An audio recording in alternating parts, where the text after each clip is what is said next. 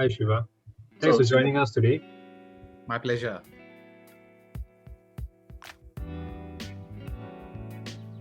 Let's get started. So who am I?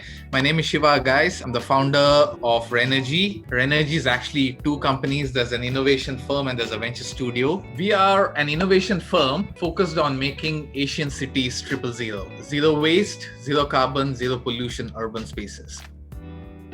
So the lens is innovation. It's how can new innovation make our cities more circular and by extension triple zero. So we work with cities to identify big barriers to circularity, design innovation programs to solve that problem. We work with other startups. Climate Launchpad is an example of one program. The third aspect is the venture studio, where we build our own startups in-house. And we partner with exciting, dynamic founders, entrepreneurs. Jolene, who spoke on Interseed, I think one such exciting CEO we work with for one of our startups. Our venture studio work focuses exclusively on food feed agri-tech. The idea is to really use principles of circular economy to move the needle around food system sustainability in Asian cities and also make money in the process. We believe it's the hottest industry sector of this coming decade. There's been massive increase in investment into agtech, especially in Asia. Earlier it was either upstream or downstream. Now we're seeing across the value chain, deal sizes are also increasing. It's a great time to be an agtech food feed entrepreneur, especially if you're also moving the needle on sustainability. We are interested in new methods of producing food. It means making conventional farming ultra-efficient, new farming methods using alternative inputs and waste streams. We're thinking about new ways to market and distribute food.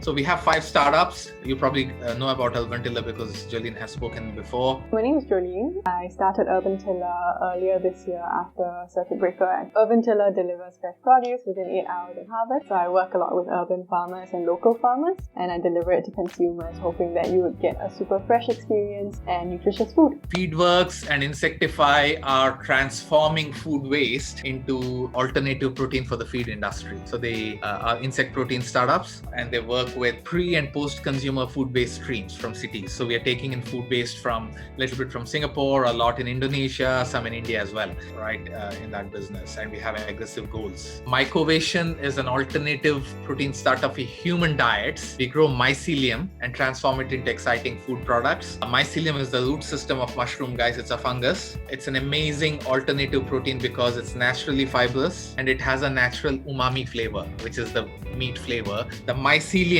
that we grow also feeds on food waste, right? So it's again another example of circular economy in action. Let me jump into talking about reverse logistics and opportunities in the circular economy and reverse logistics in the food sector.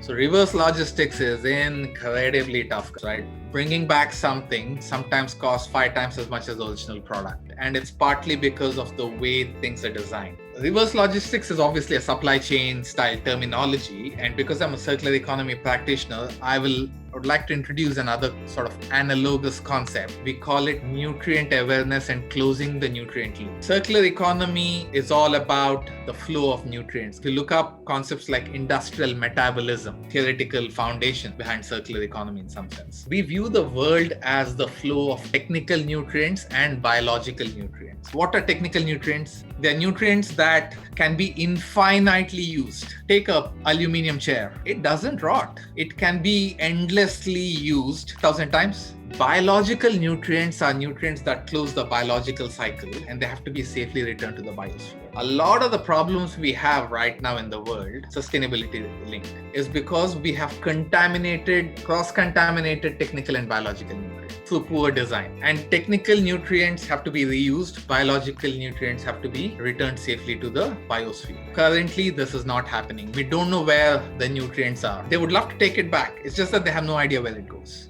This is the first opportunity I want to talk about. Traceability context. The blockchain guys are trying to do traceability. QR code solutions are emerging. Helping companies, supply chains, ops guys know where things are.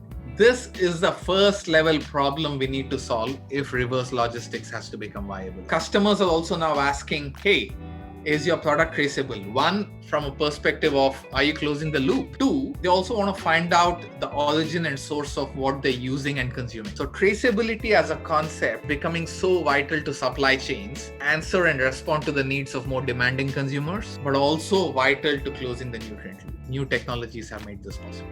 Think about Pailpack or Muse. These guys are offering circular packaging or reusable coffee cups. So basically, if you go to Starbucks and buy a coffee, you have now the option to drink your coffee in a Muse reusable cup. You can then take the cup and leave it in one of the kiosks. Muse will retrieve the cup for you. Muse can do this because they have embedded traceability in the cup. They're able to find it again. And now they're pushing the company to actually deploy some kind of traceability mechanism in it to make it easier for them. This is the problem with traceability. Most of the traceable solutions right now on offer are blockchain based. The remedy is more expensive than the disease. So the big opportunity, if you want to make things traceable, is to make it cheap, viable, and build a portfolio of offerings that can solve a different portfolio of needs. The second big opportunity in reverse logistics or closing the nutrient loop is repurposing. How can you find alternative use cases for nutrients?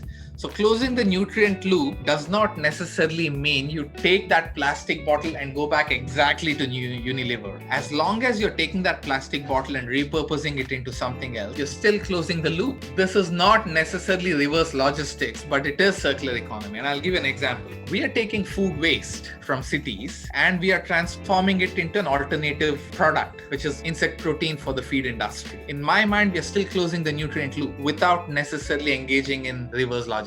So that sort of differentiation I'm drawing out right now. Challenge here is to find viable, scalable business models. How do you make it a technology-driven, fundable, scalable startup, right? How do you institutionalize, make it replicable, and occupy massive market share and growth? That's the problem when it comes to repurposing. I want to talk about the third opportunity in this space, unbundling. And I'll go back to the example of Muse. You don't have to close the whole loop in the whole supply chain. You can actually create smaller circular loops at the last mile. Pailpack is an example. There's a fantastic startup in Jakarta called Sickless Refill. They buy shampoo in bulk from the big manufacturers and they take them to households and give dispensable pay-as-you-go type of volume. So their solution is essentially a last mile unbundling of the packaging problem. You have to talk about reverse logistics if it's one packaging at the upstream corner and you have to sort of bring it back upstream. That's almost unviable because of the cost factor. But if you break down the reverse logistics problem into smaller loops and unbundle it, a plethora of opportunity.